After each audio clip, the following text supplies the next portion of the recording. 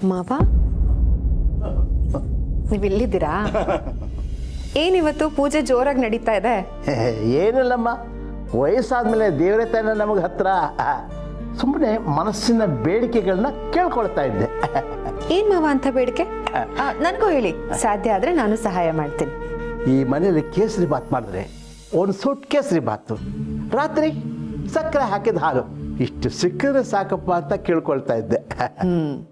ಕೇಸರಿ ಬಾತು, ಸಕ್ಕರೆ ಹಾಕಿದ ಹಾಲು, ಆರೋಗ್ಯದ ಹಿತದೃಷ್ಟಿಯಿಂದ ಇದೆರಡನ್ನೂ ನಾನು ಕ್ಯಾನ್ಸಲ್ ಮಾಡಿದ್ದೀನಿ. ಏನಮ್ಮ ಗುರುಜ? ಆಯ್ತು ಆಯ್ತು ಆಯ್ತು. ನಿಮಗೋಸ್ಕರ ಒಂದೇ ಒಂದು ಸ್ಪೂನ್ ಕೇಸರಿ ಬಾತ್. ಅಯ್ಯೋ ನನ್ನ ಬಂಗಾರದ ಸೊಸೆ ಕಣಮ್ಮ. ಮಾವ, ಗೌರಿ ಫೋನ್ ಮಾಡಿದ್ಲು, ಏನೋ ಅರ್ಜೆಂಟಾಗಿ ಮನೆಗೆ ಬಾ ಅಂತ ಹೇಳಿದ್ಲು. ಬನ್ನಿ ಹೋಗಿ ಬರೋಣ.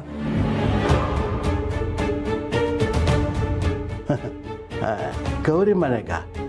ನಾನು ಯಾಕಮ್ಮ, ನೀನು ಹೋಗ್ಬಿಟ್ಪ. ಅಯ್ಯೋ ಮಾವ, ಮನೇಲಿ ಮಕ್ಕಳು ಇಲ್ಲ, ನೀವು ಒಬ್ಬರೇ ಇರ್ತೀರಾ. ಅದ್ರ ಬದಲು ನನ್ನ ಜೊತೆಗೆ ಬನ್ನಿ, ಒಂದು ವಾಕು ಮಾಡಿದಾಗತ್ತೆ. ಆಯ್ತಮ್ಮ. ಬನ್ನಿ.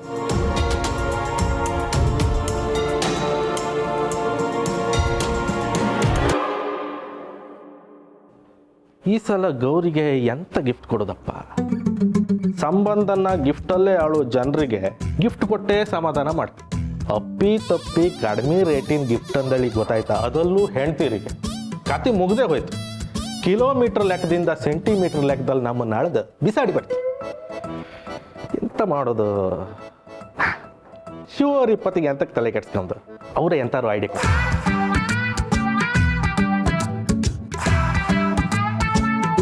ಹೇಳಿ ಕಾಶಿ ಅವರೇ. ಹಲೋ ಶಿವರೇ, ಸಾರಿ ನಿಮಗೆ ಸ್ವಲ್ಪ ಡಿಸ್ಟರ್ಬ್ ಮಾಡಿದೆ ಅನ್ಸುತ್ತೆ. ನಿಮ್ಮಿಂದ ಒಂದು ಸಣ್ಣ ಹೆಲ್ಪ್ ಆಯ್ಕಿದ್ದಿತ್ತು. ನೋಡಿ ಕಾಶಿ ಅವರೇ, ಹಣವಿಲ್ಲ, ಗುಣವಿದೆ. ಇನ್ಫ್ಲೂಯೆನ್ಸ್ ಇಲ್ಲ, ಇಂಟೆಲಿಜೆನ್ಸ್ ಇದೆ. ಇಲ್ಲದೆ ಇರೋದನ್ನ ಬಿಟ್ಬಿಡಿ, ಇರೋದನ್ನ ಕೇಳಿ ನೋಡಿ. ಮುಗದಷ್ಟು ಸಿಗುತ್ತೆ, ಬಗದಷ್ಟು ಕೊಡ್ತೀನಿ. ಏನಂತೀರಿ? ನನಗೆ ಅದು ಯಾವುದು ಬೇಡ ಶಿವರೇ, ನನಗೆ ಒಂದು ಸಣ್ಣ ಸಜೆಷನ್ ಬೇಕು. ಸಜೆಷನ್? ಅದು ಫ್ರೀ, ಕೊಡೋಣ, ಹೇಳಿ. ಅದು ನಮ್ಮ ಗೌರಿ ಬರ್ತ್ಡೇಗೆ ಎಂತ ಗಿಫ್ಟ್ ಕೊಡೋದಂದ್ರೆ ಯೋಚನೆ ಮಾಡಿ ಮಾಡಿ ನನ್ನ ತಲೆಯೆಲ್ಲ ಚಿಟ್ಟಿಡ್ದು ಹೋಯ್ತು ಮರ್ರೆ. ಅಲ್ಲ ನಿಮಗೆ ಗೊತ್ತಿತ್ತಲ್ಲ, ಗೌರಿಗೆ ಗಿಫ್ಟ್ ಯಾವುದೇ ಕೊಡಿಸಿ, ಆದ್ರೆ ಅದ್ರ ಮೇಲಿಪ್ಪು MRP ಮುಖ್ಯ. ಸಾರಿ, ರಾಂಗ್ ನಂಬರ್. ಶಿವರೇ ಎಂತಾಯ್ತು? ಮತ್ತಿನ್ನೇನು ಕಾಶಿ ಅವರೇ, ನನಗೆ ಗಿಫ್ಟ್ಗಳು ಕೊಟ್ಟು ಅಭ್ಯಾಸ ಇಲ್ಲ. ನೀವು ಹೋಗಿ ಹೋಗಿ ನನ್ನ ಹತ್ರನೇ ಕೇಳ್ತಾ ಇದ್ದೀರಲ್ಲ. ಹೇಯ್, ಯಾರು, ಏನೋ ವಿಚಾರ? ಎಲ್ಲ ನಿನ್ಗೆ ಹೇಳ್ಬೇಕಾ? ಪರ್ಸ್ನಲ್ ಕೆಲಸ ನೋಡಯ್ಯ.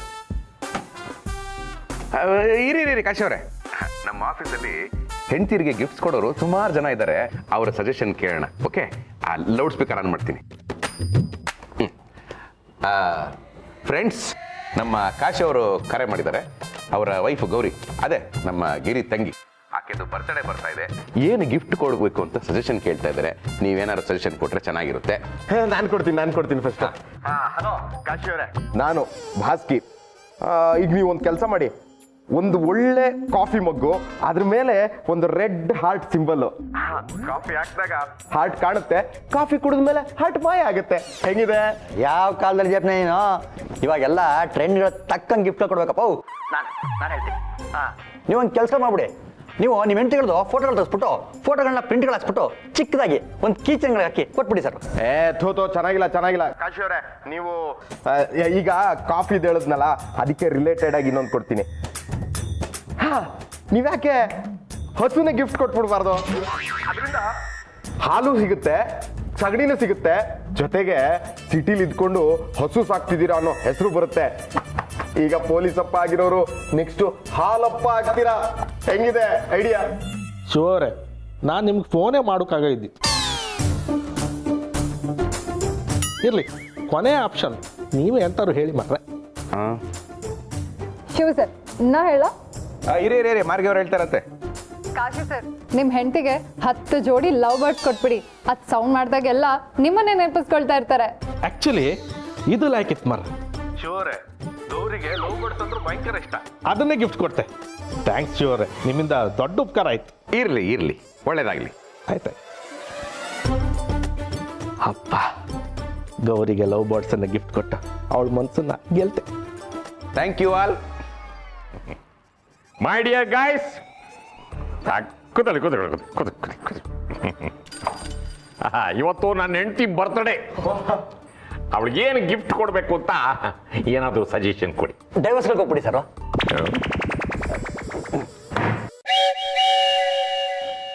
ಸರ್ ಅದು ಫ್ಲೋಗಳಲ್ಲಿ ಡೈವರ್ಸ್ಗಳು ಅಂತ ಹೇಳ್ಬಿಟ್ಟೆ ಸರ್. ಫ್ಲೋಲ್ ಬಂದರೂ ಕರೆಕ್ಟಾಗಿ ಹೇಳಿದ್ಯಾ. ನನಗೂ ಡೈವರ್ಸ್ ಕೊಡಬೇಕು ಅಂತ ಆಸೆ, ಆದ್ರೆ ಏನು ಮಾಡೋದು, ಅವಕಾಶನೇ ಇಲ್ವೇ. ಇನ್ನೇನಾದರೂ ಯೋಚನೆ ಮಾಡಿ.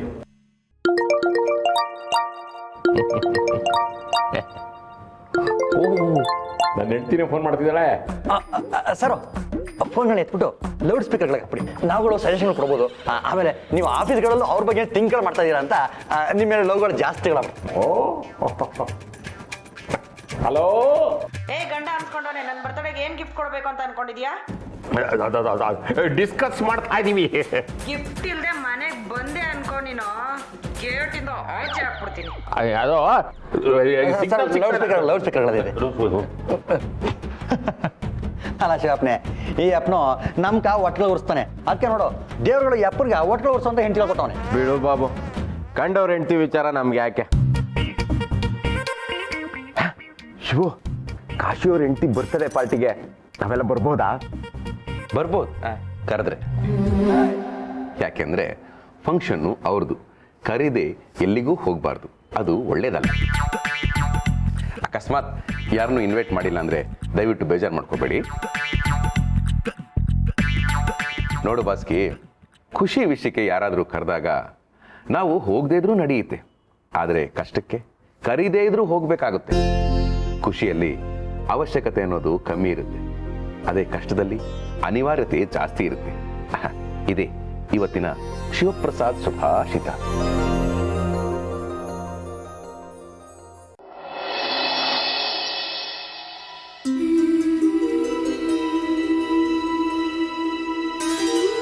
ಯಾಕಮ್ಮ ಇಷ್ಟೊಂದು ತೊಂದರೆ ತಗೊಂಡೆ? ಸಿಂಪಲ್ ಆಗಿ ಟೀ ಕೊಟ್ಟಿದ್ರೆ ಸಾಕಾಗ್ತಿತ್ತು. ಮನೆಗೆ ಬಂದವರಿಗೆ ಟೀ ಜೊತೆಗೆ ಬೇರೇನು ಕೊಡದೇ ಇರೋ ಪರಿಸ್ಥಿತಿಗೆ ನಾವು ಬಂದಿಲ್ಲ ಮಾವಯ್ಯ. ಅದು ಅಲ್ಲದೆ ಮನೆಗೆ ಬಂದಿರೋ ಗೆಸ್ಟಿಗೆ ನಾವ್ ಏನೇನ್ ಕೊಡ್ತೀವಿ ಅನ್ನೋದ್ರ ಮೇಲೇನೆ ನಮ್ ಸ್ಟೇಟಸ್ಸು ಡಿಪೆಂಡ್ ಆಗೋದು. ಗೌರಿ, ನಮ್ಮ ಮನೆಗೆ ಬರೋರ ಜೊತೆ ನಾವು ಎಷ್ಟು ಪ್ರೀತಿಯಿಂದ ನಡ್ಕೋತೀವಿ ಅನ್ನೋದ್ರ ಮೇಲೆ ಆ ಮನೆ ಸಂಸ್ಕಾರ ನಿಂತಿರುತ್ತೆ. ಆ ಸಂಸ್ಕಾರದ ಮುಂದೆ ಈ ಸ್ಟೇಟಸ್ ಎಲ್ಲ ಯಾವ ಲೆಕ್ಕ? ಹೋಗ್ಲಿ ಬಿಡು, ಫೋನ್ ಮಾಡಿ ಮನೆಗೆ ಬಾ ಅಂತ ಕರೆದಿಯಲ್ಲ, ಏನು ವಿಷಯ?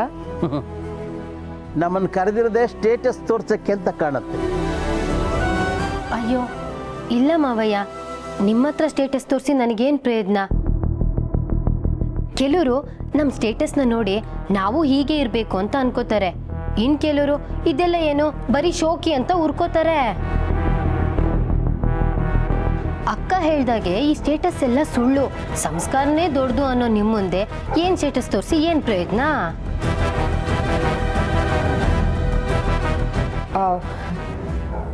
ಹೋಗ್ಲಿ ಬಿಡೆ ಮಾವ, ಇವಳು ಟೈಮ್ ಪಾಸ್ ಹೀಗೆ ತಮಾಷೆ ಮಾಡ್ತಾನೆ ಇರ್ತಾಳೆ. ಹೌದಮ್ಮ, ಕೆಲವರು ಟೈಮ್ ಪಾಸ್ ಆಗಲಿ ಅಂತ ತಮಾಷೆ ಮಾಡ್ತಾರೆ, ಇನ್ನು ಕೆಲವರು ಟೈಮ್ ಪಾಸ್ ಆಗಲಿಲ್ವಲ್ಲ ಅಂತ ತಮಾಷೆ ಮಾಡ್ತಾರೆ, ಅಷ್ಟೇ. ಹೋಗ್ಲಿ ಬಿಡಿ ಮಾವಯ್ಯ. ಅಕ್ಕ, ನಮ್ಮ ಯಜಮಾನ್ರು ನನ್ನ ಬರ್ಡೇಗೆ ಜ್ಯುವೆಲ್ರಿ ಕೊಡಿಸ್ತೀನಿ ಅಂತ ಹೇಳಿದ್ದಾರೆ. ಇದರಲ್ಲಿ ಯಾವ ಡಿಸೈನ್ ಸೆಲೆಕ್ಟ್ ಮಾಡ್ಕೊಳ್ಳಿ ಅಂತ ಹೇಳೆ? ಪರವಾಗಿಲ್ಲಮ್ಮ, ನಿನ್ನ ಗಂಡ ನೀನು ಕೇಳದೆ ಹೋದ್ರೂ ನಿನಗೆ ಬೇಕಾಗಿರೋದನ್ನೆಲ್ಲ ಕೊಡಿಸ್ತಾನೆ. ಅದೇ ಅಲ್ವಾ ಮಾವ ನಮ್ಮ ಸ್ಟೇಟಸ್ಸು. ಕೆಲವ್ರು ಇರ್ತಾರೆ ಕೇಳಿದ್ರು ಕೊಡ್ಸಲ್ಲ ಅಂತ ಹೆಂಡ್ತಿ ಹಠನಾದ್ರೂ ಮಾಡ್ತಾಳ, ಅದನ್ನೂ ಮಾಡಲ್ಲ. ಹೆಂಡ್ತಿ ಹಠ ಮಾಡಲ್ಲ ಅಂತ ಗಂಡ ಅದನ್ನೇ ಅಭ್ಯಾಸ ಮಾಡ್ಕೋತಾನೆ.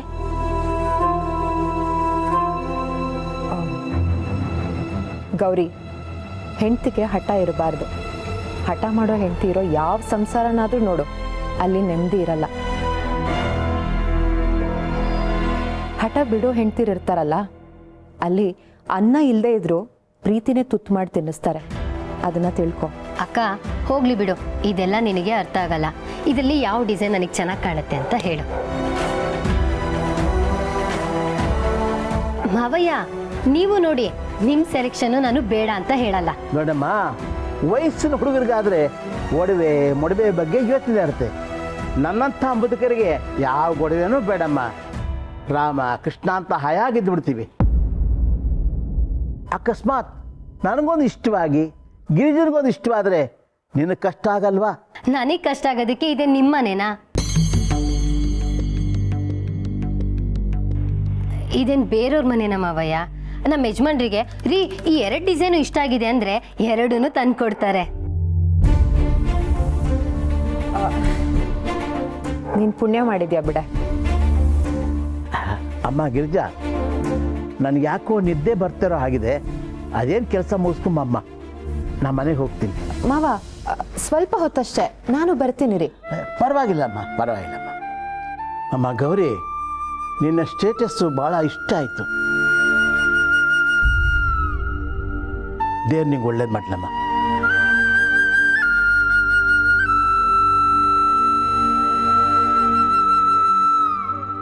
ಅಕ್ಕ ಬಾ ಡಿಸೈನ್ ನೋಡೋಣ. ಒಂದು ನಿಮಿಷ ಬಂದೆ.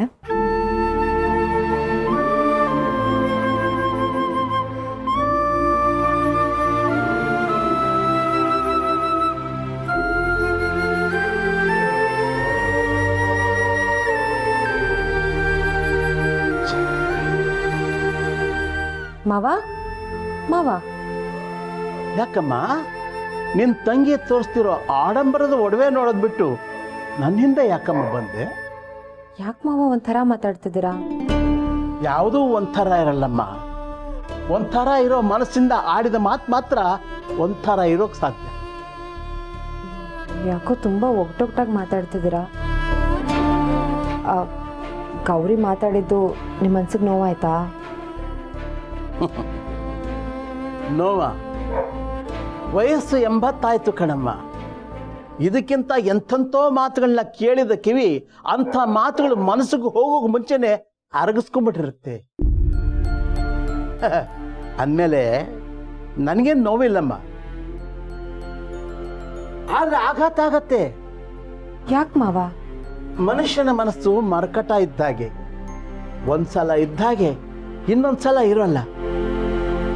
ಅಕ್ಕಪಕ್ಕದವ್ರ ಮಾತು ಕೇಳಿಸ್ಕೊಂಡು ನನ್ನ ಸೊಸೆ ಬೇಜಾರು ಮಾಡ್ಕೊಂಡು, ಅಯ್ಯೋ ನಮ್ಮ ಸಂಸಾರ ಹೀಗೆ ಆಗ್ಬಿಡ್ತಲ್ಲಪ್ಪ, ಅವರಲ್ಲಿದ್ದ ಐಶ್ವರ್ಯ ನಮಗಿರಬಾರ್ದಾಗಿತ್ತೆ ಅಂತ ನೊಂದ್ಕೊಬಿಟ್ರೆ ಆಗ ಆಘಾತ ಆಗೇ ಆಗತ್ತಮ್ಮ.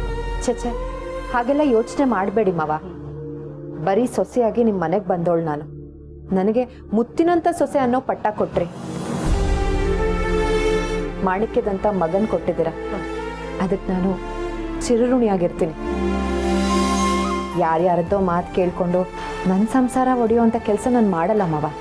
ನಿಮಗೆ ಅದ್ರ ಬಗ್ಗೆ ಒಂದು ಸ್ವಲ್ಪನೂ ಅನುಮಾನ ಬೇಡ. ಅಬ್ಬಾ, ನನಗೆ ಈಗ ಸಮಾಧಾನ ಆಯಿತು. ಆಯ್ತಮ್ಮ, ನಾನು ಇನ್ಯಾವುದ್ರ ಬಗ್ಗೆನೂ ತಲೆ ಕೆಡಿಸ್ಕೊಳ್ಳಲ್ಲ. ಬರಲಮ್ಮ. ಮಾವ ಒಂದು ನಿಮಿಷ. ಗೌರಿ ಮಾತಾಡಿದ್ದು ತಪ್ಪೆ. ಆದರೆ ನಿಮಗೆ ಅವಳ ಬಗ್ಗೆ ಗೊತ್ತಲ್ವಾ? ಅವಳಿಗೆ ಜವಾಬ್ದಾರಿ ಇಲ್ಲ. ಮಾತಾಡೋಕ್ಕೂ ಮುಂಚೆ ಯೋಚನೆ ಮಾಡಿ ಮಾತಾಡಲ್ಲ. ನೀವು ಅದನ್ನೆಲ್ಲ ಮನ್ಸಿಗೆ ಹಚ್ಕೋಬೇಡಿ. ಹಾಗೆ ಅವರಿಗೂ ಈ ವಿಷಯ ಹೇಳೋದು ಬೇಡ. ಗೊತ್ತಾದರೆ ಅವ್ರು ತುಂಬ ನೊಂದ್ಕೋತಾರೆ. ನೀನು ಅದ್ರ ಬಗ್ಗೆ ತಲೆ ಕೆಡಿಸ್ಕೊಳ್ಳೋದೇ ಬೇಡಮ್ಮ, ನಾ ಬರ್ತೀನಿ. ಅಕ್ಕ ಬೇಗ ಬಾ, ಇಲ್ಲಿ ಹೊಸ ಡಿಸೈನ್ ಸಿಕ್ಕಿದೆ. ಚೆನ್ನಾಗಿದೆಯಾ ಇಲ್ವಾ ಅಂತ ಹೇಳು ಬಾ. ಹೋಗು ಹೋಗು, ಅದೇನು ಕೆಲಸ ಇದೆಯೋ ಎಲ್ಲ ಮುಗಿಸ್ಕೊಂಡು ಬೇಗ ಮನೆಗೆ ಬಾ. ನಾ ಬರ್ತೀನಮ್ಮ. ಹುಷಾರು ಮಾವ. ಹಾಂ.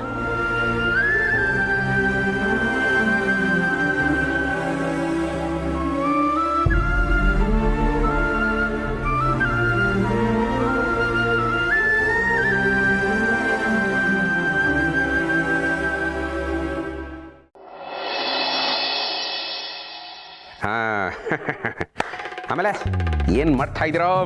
ಇವನು ಬರೀತಾ ಇದ್ದಾನೆ, ನಾನು ಓದ್ತಾ ಇದ್ದೀನಿ. ತಲೆ ಅದೆಲ್ಲ ನಾನು ಕೇಳಿದ್ದು. ನಿಮ್ಮ ಚಿಕ್ಕಮ್ಮನ ಬರ್ತಡೇಗೆ ಸರ್ಪ್ರೈಸ್ ಕೊಡೋಕ್ಕೆ ಏನು ಮಾಡ್ತಾ ಇದ್ದೀರಾ ಅಂತ ಕೇಳಿದೆ. ಹ್ಯಾಪಿ ಬರ್ಡೇ ಅಂತ ವಿಶ್ ಮಾಡ್ತೀವಿ. ನಾನು ಅದನ್ನೇ ರಾಗವಾಗಿ ಹೇಳ್ತೀನಿ. ಬಿಳಿ ಹಲ್ಲಿನ ಚಂದ್ರನ ಹೊಳಪನ್ನು ಉಡುಗೊರೆಯಾಗಿ ತೆಗೆದುಕೊ ನೀನು, ಯಾಕೆಂದರೆ ಬರ್ತಡೇ. ಅಕ್ಕ ಅದು ಚೆನ್ನಾಗಿಲ್ಲ, ಸುಮ್ಮನಿರು. ಅಪ್ಪ, ನಾನು ಚಿಕ್ಕಮ್ಮನ ಬರ್ತಡೇಗೆ ಡಿಫ್ರೆಂಟ್ ವೇಲೇ ವಿಶ್ ಮಾಡ್ತೀನಿ. ಅವ್ರ ಮುಂದೆ ಹೋಗಿ ಧೈರ್ಯವಾಗಿ ನಿಂತ್ಕೋತೀನಿ. ಎಲ್ರಿಗೂ ಕಿವಿ ಮುಚ್ಕೊಳಕ್ ಹೇಳ್ತೀನಿ, happy happy birthday to you, happy happy birthday, happy happy birthday to you, happy happy birthday, happy birthday ಚಿಕ್ಕಮ್ಮ, ಮೈ ಡಿಯರ್ ಚಿಕ್ಕಮ್ಮ, ಹ್ಯಾಪಿ ಬರ್ಡೇ ಸ್ಮಾಲ್ ಅಮ್ಮ. ಓಕೆ, ಎಲ್ಲ ಕರೆಕ್ಟಾಗಿದೆ, ಆದರೆ ಕಿವಿ ಮುಚ್ಕೊಳಕ್ಕೆ ಹೇಳ್ತೀನಿ ಅಂದಲ್ಲ, ಯಾಕೆ? ಹಳೆ ರಾಗಕ್ಕೆ ಹೊಸ ಹಾಡು ಹಾಕಿದ್ದೇನಲ್ಲ, ಕೇಳಿಸ್ಕೊಂಡು ಯಾರಾದ್ರೂ ಹೊಡೆದು ಬಿಟ್ರೆ? ಯಾರು ಹೊಡಿತಾರೋ ಇಲ್ಲೋ ಗೊತ್ತಿಲ್ಲ, ನಾನಂತೂ ಹೊಡಿತೀನಿ. ಕೂತ್ಕೊಳ್ಳ ಸುಮ್ಮನೆ. ಅಲ್ಲ ಪಾಪ ನಿಮ್ಮ ಚಿಕ್ಕಪ್ಪ ಚಿಕ್ಕಮ್ಮನ ಏನೆಲ್ಲ ಸರ್ಪ್ರೈಸ್ ಕೊಡಬೇಕು ಅಂತ ಪ್ಲಾನ್ ಮಾಡಿದ್ದಾರೆ. ನಮ್ಮ ಕೈಲಿ ದೊಡ್ಡ ದೊಡ್ಡ ಗಿಫ್ಟ್ಸ್ ಎಲ್ಲ ಕೊಡೋಕ್ಕಾಗಲ್ಲ, ಅಟ್ಲೀಸ್ಟ್ ಏನಾದ್ರು ಒಂದು ಸರ್ಪ್ರೈಸ್ ಕೊಡಬಾರ್ದಾ? ಅದೇನ್ ಕೊಡ್ಬೇಕು ಡೈರೆಕ್ಟ್ ಆಗಿ ಹೇಳಪ್ಪ, ನಾನು ಇನ್ನೂ ಹೋಮ್ವರ್ಕ್ ಮಾಡಬೇಕು. ಹೋಮ್ವರ್ಕ್ ಅಂತೆ ಹೋಮ್ವರ್ಕು, ಏನೋ ರೆಗ್ಯುಲರ್ ಆಗಿ ಮಾಡೋ ಒಂಥರ. ಕೇಳಿಸ್ಕೊಳ್ರು. ಅಲ್ಲ ನಿಮ್ಮ ಚಿಕ್ಕಮ್ಮ ನಿಮ್ಮಿಬ್ಬರನ್ನು ತನ್ನ ಸ್ವಂತ ಮಕ್ಕಳು ಅಂತ ಅಂದ್ಕೊಂಡಿದ್ದಾಳೆ. ನನ್ನ ಬರ್ತಡೆಗೆ ಬಂದರೆ, ಅಮ್ಮನ ಬರ್ತಡೆಗೆ, ತಾತನ ಬರ್ತಡೆಗೆ ನೀವೆಲ್ಲ ಸರ್ಪ್ರೈಸ್ ಕೊಡಬೇಕು ಅಂತ ಏನೋ ಪ್ಲ್ಯಾನ್ ಮಾಡ್ತೀರಲ್ವಾ? ಆ ಥರ ಚಿಕ್ಕಮ್ಮನ ಬರ್ತಡೆಗೂ ಪ್ಲ್ಯಾನ್ ಮಾಡಿದ್ರೆ ಗೌರಿಗೂ ಖುಷಿ ಆಗುತ್ತೆ ಅಲ್ವಾ? ಅಯ್ಯೋ ಭಗವಂತ, ಗೌರಿ ನೋಡಿದ್ರೆ ನಿನ್ನ ಸಂಸಾರದಲ್ಲಿ ಹುಳಿ ಹಿಂಡೋ ಕೆಲಸ ಮಾಡಿ ನಿನ್ನ ನೆಮ್ಮದಿ ಹಾಳು ಮಾಡೋಕ್ಕೆ ಹೋಗ್ತಿದ್ದಾಳೆ. ಆದರೆ ನೀನು ಅವಳು ಖುಷಿ ಬಯಸ್ತಿದೆಯಲ್ಲಪ್ಪ. ನಿನ್ನ ಈ ಒಳ್ಳೆ ಗುಣನೇ ನಿನ್ನ ಕಷ್ಟಗಳನ್ನೆಲ್ಲ ಕಾಲು ಹಿಡಿದು ಎಳಿತಿದ್ರು ನೀನು ಮೇಲೆ ಬರೋದಕ್ಕೆ ಸಹಾಯ ಮಾಡ್ತಿರೋದಪ್ಪ.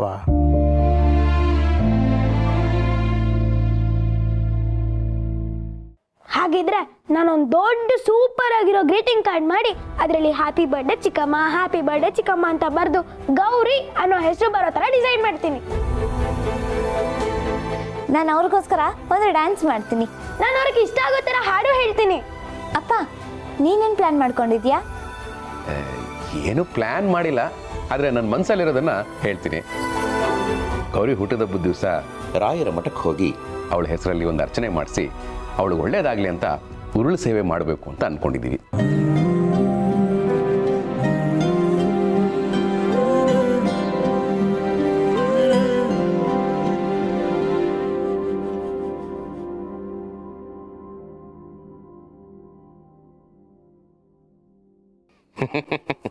ಅಪ್ಪ, ಪಿತಾಜಿ, ಅಪ್ಪ ಏನು ಯೋಚನೆ ಮಾಡ್ತಾ ಇದೆಯಾ? ಬಾ ಊಟ ಮಾಡೋಣ. ನನಗೆ ಹಸಿವಿಲ್ಲಪ್ಪ. ಹಸಿವಿಲ್ಲ? ಯಾಕಪ್ಪ, ಏನಾಯ್ತು? ಏನು ಇಲ್ಲಪ್ಪ. ಅಪ್ಪ, ನೀನು ಕೋಪ ಮಾಡ್ಕೊಂಡಾಗ ಹೇಗಿರ್ತೀಯ, ಬೇಜಾರು ಮಾಡ್ಕೊಂಡಾಗ ಹೇಗಿರ್ತೀಯ ಎಲ್ಲ ನನಗೆ ಗೊತ್ತು, ನನಗೆಲ್ಲ ಅರ್ಥ ಆಗುತ್ತೆ. ದಡ್ಡ, ನಾನು ನಿಮ್ಮಪ್ಪ. ನೀನು ನನ್ನ ಅರ್ಥ ಮಾಡ್ಕೊಳಕ್ಕೆ ಮೊದಲೇ ನಾನು ನಿನ್ನನ್ನು ಚೆನ್ನಾಗಿ ಅರ್ಥ ಮಾಡ್ಕೊಂಡಿದ್ದೀನಿ. ಸರಿ, ನೀನೇ ನನ್ನ ಚೆನ್ನಾಗಿ ಅರ್ಥ ಮಾಡ್ಕೊಂಡಿದ್ಯಾ, ಏನಾಯ್ತು ಅಂತ ಹೇಳಬಾರ್ದಾ? ನೋಡು, ಹೇಳಲ್ಲ, ಹೇಳೋ ಮನಸ್ಸು ಇಲ್ಲ. ನನ್ನ ಒತ್ತಾಯ ಮಾಡಬೇಡ. ಅಯ್ಯೋ, ಕೇಳಿದ್ರು ಹೇಳ್ತಾ ಇಲ್ಲ, ಒತ್ತಾಯ ಮಾಡಬೇಡ ಅಂತ ಹೇಳ್ತಾ ಇದೆಯಾ? ಹಾಂ, ಉತ್ಸವಗೆ ಮಾಡ್ಕೊಡ್ಬಾರು ಅಂತ ಕರಿತೀಯಲ್ಲ, ಅವಾಗ ಹೇಳ್ತೀನಿ ನಿಂಗೆ. ಎಲ್ಲ ತಮಾಷೆನ ನಿನಗೆ? ಲೈ ನಿನ್ನ ಅಕ್ಕಪಕ್ಕದವ್ರು ನೋಡು. ಬೇಡಪ್ಪ, ನಿಮ್ಮ ಆಫೀಸ್ನಲ್ಲಿ ಕೆಲಸ ಮಾಡ್ತಾರಲ್ಲ ನಿಮ್ಮ ಸ್ನೇಹಿತರು, ಅವ್ರು ನೋಡು. ಅವ್ರಿಗಿರೋ ಜವಾಬ್ದಾರಿನೂ ನಿನಗಿಲ್ವಲ್ಲೋ ಮುಟ್ಟಾಳ. ಹಾಂ, ಏನಪ್ಪ ಹೇಳ್ತಾ ಇದ್ದೆ ನೀನು? ನನಗೆ ಜವಾಬ್ದಾರಿ ಇಲ್ವಾ? ನಂಜನಗೂಡಲ್ಲಿ ಓದಿ ಮುಗಿಸಿ ಬೆಂಗಳೂರಿಗೆ ಬಂದು ಬೀದಿಯಲ್ಲಿ ಪಾಂಪ್ಲೆಟ್ ಅಂಟಿಸ್ತಾ ಸಿನಿಮಾ ಪೋಸ್ಟ್ಗಳನ್ನ ಅಂಟಿಸ್ತಾ ಇದ್ದೆ. ಹಂಗೂ ಹಿಂಗೂ ಕಷ್ಟಪಟ್ಟು ಸೇಲ್ಸ್ಮ್ಯಾನ್ ಕೆಲಸನ ಗಿಟ್ಟಿಸ್ಕೊಂಡೆ. ಈಗ ಮದುವೆ ಆಗಿ 2 ಮಕ್ಕಳನ್ನ ಓದಿಸ್ತಾ ಇದ್ದೀನಿ, ಮನೆ ತಗೊಂಡಿದ್ದೀನಿ, ಮನೆ ತಗೊಂಡಿರೋ ಸಾಲನ ತೀರಿಸ್ತಾ ಇದ್ದೀನಿ. ನೀನು ನೋಡಿದ್ರೆ ನನಗೆ ಜವಾಬ್ದಾರಿ ಇಲ್ಲ ಅಂತೆಲ್ಲಪ್ಪ.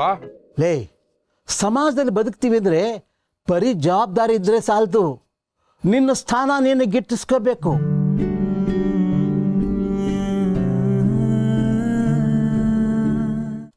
ನಿನ್ನನ್ನು ನೀನು ಮೆಚ್ಕೊಂಡ್ರೆ ಸಾಲದಪ್ಪ. ಅಕ್ಕಪಕ್ಕದಲ್ಲಿರೋರು ನಿನ್ನನ್ನು ಮೆಚ್ಕೋಬೇಕು. ಅರ್ಥ ಮಾಡ್ಕೊಳ್ಳಲ್ಲಪ್ಪ. ಅಲ್ಲಪ್ಪ, ನನ್ನ ಫ್ರೆಂಡ್ಸು ನನ್ನ ಜೊತೆ ಕೆಲಸ ಮಾಡ್ತಾ ಇರೋರು, ಅವ್ರು ಮಾಡ್ತಾ ಇರೋ ಯಾವ ಒಂದು ಕೆಲಸನ ನಾನು ಮಾಡ್ತಿಲ್ಲ ಅಂತ ಹೇಳು, ಅವಾಗ ಅರ್ಥ ಮಾಡ್ಕೊಳ್ತೀನಿ. ನೋಡು, ಕೆಲಸ ತಗೊಂಡು ಹೆಮ್ಮೆ ಪಟ್ಟೆ, ಆಮೇಲೆ ಈ ಮನೆ ಖರೀದಿ ಮಾಡಿ ನಾವೆಲ್ಲ ಹೆಮ್ಮೆ ಪಡೋ ಹಾಗೆ ಮಾಡ್ತೀವಿ. ಮಕ್ಕಳನ್ನು ಚೆನ್ನಾಗಿ ಓದಿಸ್ತಿದ್ಯಾ, ಆದರೆ ಸಮಾಜ ಹೆಮ್ಮೆ ಪಡೋಂಥ ಕೆಲಸ ಮಾಡಬೇಕು ಅಂದರೆ ನೀನು ನಿನ್ನ ಹೆಂಡತಿನ ಚೆನ್ನಾಗಿ ನೋಡ್ಕೋಬೇಕು. ಏನು ಹೇಳ್ತಾ ಇದೆಯಪ್ಪ? ನಾನು ನನ್ನ ಹೆಂಡತಿನ ಚೆನ್ನಾಗಿ ನೋಡ್ಕೊಳ್ತಾ ಇಲ್ವಾ? ನೋಡ್ಕೊಳ್ಳೋದೇ ಬೇರೆ, ಇನ್ನೊಬ್ಬರು ಕಣ್ಣು ಕುಕ್ಕ ಹಾಗೆ ನೋಡ್ಕೊಳ್ಳೋದೇ ಬೇರೆ. ಇದು ನನ್ನ ಮಾತಲ್ಲಪ್ಪ.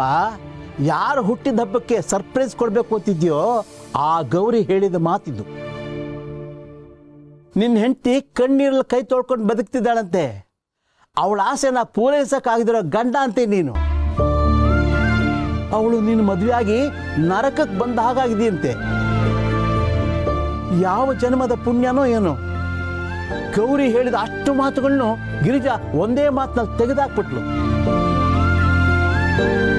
ಹಿಂದೆ ಹೋಗಿದ್ರೆ ನಮ್ಮ ಸಂಸಾರ ಏನಾಗಬೇಕಾಗಿತ್ತು ಶಿವು?